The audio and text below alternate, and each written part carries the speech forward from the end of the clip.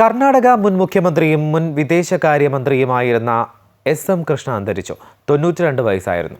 കർണാടകയിലെ മാണ്ഡ്യ ജില്ലയിലെ സോമഹള്ളിയിലായിരുന്നു ജനനം.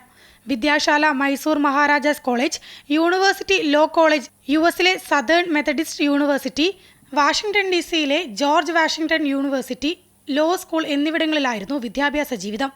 1962 നിയമസഭാ തെരഞ്ഞെടുപ്പിൽ പ്രജാ സോഷ്യലിസ്റ്റ് പാർട്ടി ടിക്കറ്റിൽ മദ്ദൂരിൽ നിന്ന് സ്വതന്ത്രനായി തെരഞ്ഞെടുക്കപ്പെട്ടതോടെയാണ് കൃഷ്ണയുടെ രാഷ്ട്രീയ ജീവിതത്തിന്റെ തുടക്കം. 1989 മുതൽ 1993 വരെ നിയമസഭാ സ്പീക്കറും 1993-94 കാലഘട്ടത്തിൽ കർണാടക ഉപമുഖ്യമന്ത്രിയായും പ്രവർത്തിച്ചു. 1999 മുതൽ 2004 വരെ കർണാടക മുഖ്യമന്ത്രിയായിരുന്നു. 2009 മുതൽ 2012 വരെ UPA സർക്കാരിൽ വിദേശകാര്യ മന്ത്രിയായി സേവനമനുഷ്ഠിച്ചു. 2017 കോൺഗ്രസ് വിട്ട് അദ്ദേഹം BJPയിൽ ചേർന്നു. മഹാരാഷ്ട്ര ഗവർണർ, 3 തവണ ലോക്സഭാ അംഗം, 2 തവണ രാജ്യസഭാ അംഗം എന്നിങ്ങനെ സേവനമനുഷ്ഠിച്ചിട്ടുണ്ട്.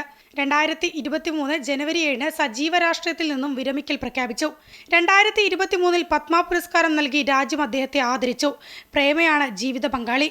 News desk, Amrita TV.